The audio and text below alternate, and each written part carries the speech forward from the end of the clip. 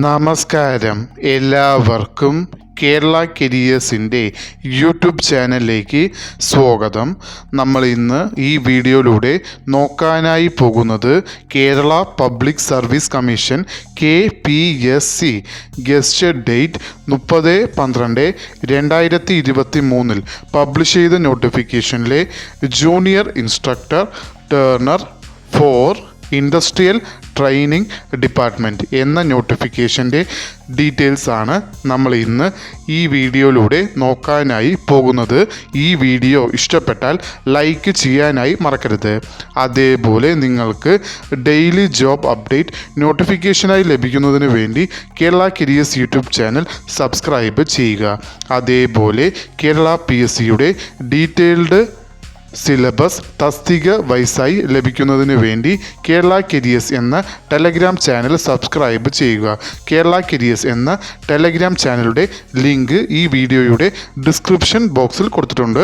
ആവശ്യമുള്ളവർക്ക് അത് ഓപ്പൺ ചെയ്ത് നോക്കാവുന്നതാണ്.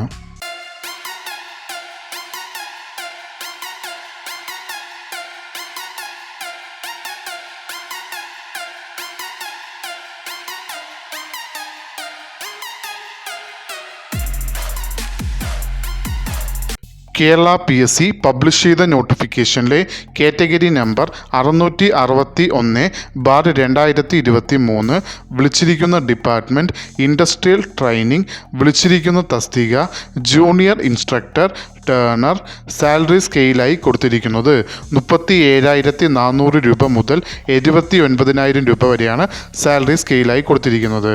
നമ്പർ ഓഫ് വേക്കൻസി ആൻറ്റിസെപ്റ്റഡ് വേക്കൻസി ആയിട്ടാണ് റിപ്പോർട്ട് ചെയ്തിരിക്കുന്നത്.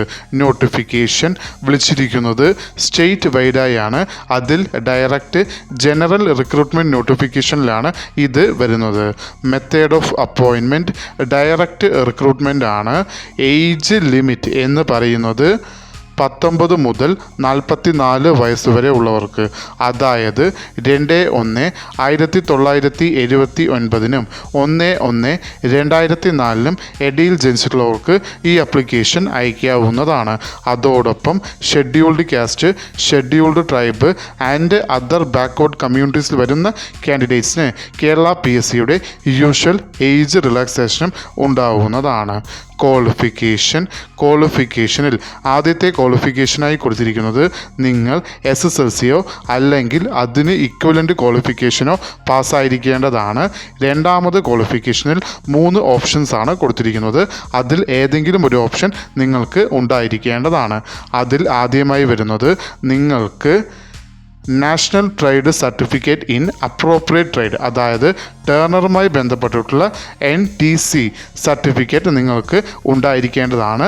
അത് പാസ്സായതിനു ശേഷം മിനിമം 3 വർഷത്തെ എക്സ്പീരിയൻസും നിങ്ങൾക്ക് ഉണ്ടായിരിക്കേണ്ടതാണ്.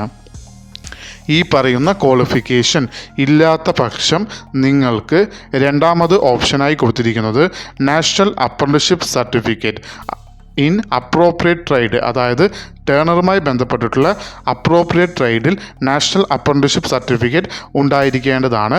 അത് പാസ്സായതിനു ശേഷം നിങ്ങൾക്ക് 1 ഇയർ എക്സ്പീരിയൻസും ഉണ്ടായിരിക്കേണ്ടതാണ്.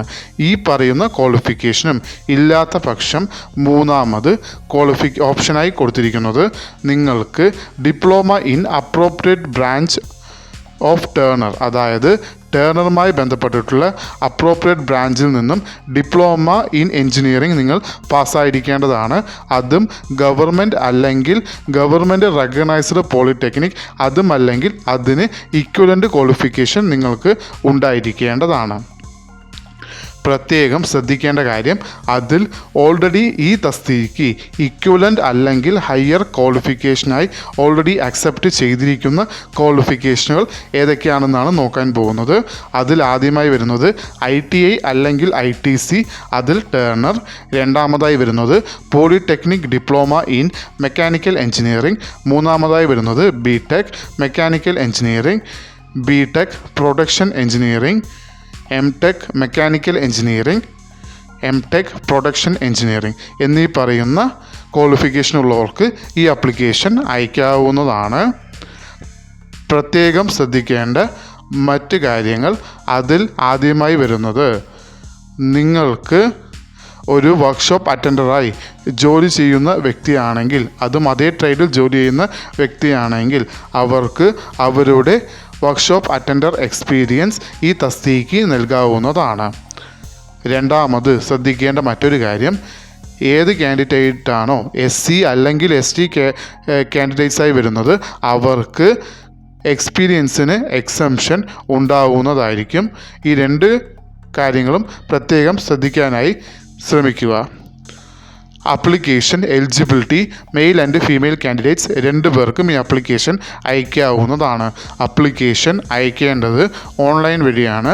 ആപ്ലിക്കേഷൻ അയക്കേണ്ട ലാസ്റ്റ് ഡേറ്റ് എന്ന് പറയുന്നത് 31/1/2024. ഈ നോട്ടിഫിക്കേഷൻ്റെ കൂടുതൽ വിവരങ്ങൾ അറിയുന്നതിനായി നിങ്ങൾ സന്ദർശിക്കേണ്ട വെബ്സൈറ്റ് www.keralapsc.gov.in എന്ന വെബ്സൈറ്റ് സന്ദർശിക്കാവുന്നതാണ്. ഈ വീഡിയോ ഇഷ്ടപ്പെട്ടാൽ ലൈക്ക് ചെയ്യാനായി മറക്കരുത്. അതേപോലെ നിങ്ങൾക്ക് ഡെയിലി ജോബ് അപ്ഡേറ്റ് നോട്ടിഫിക്കേഷനായി ലഭിക്കുന്നതിന് വേണ്ടി Kerala careers YouTube channel subscribe ചെയ്യുക. ഇതുവരെയും കേരള കരിയേഴ്സ് യൂട്യൂബ് ചാനൽ കണ്ട എല്ലാവർക്കും നന്ദി, നമസ്കാരം.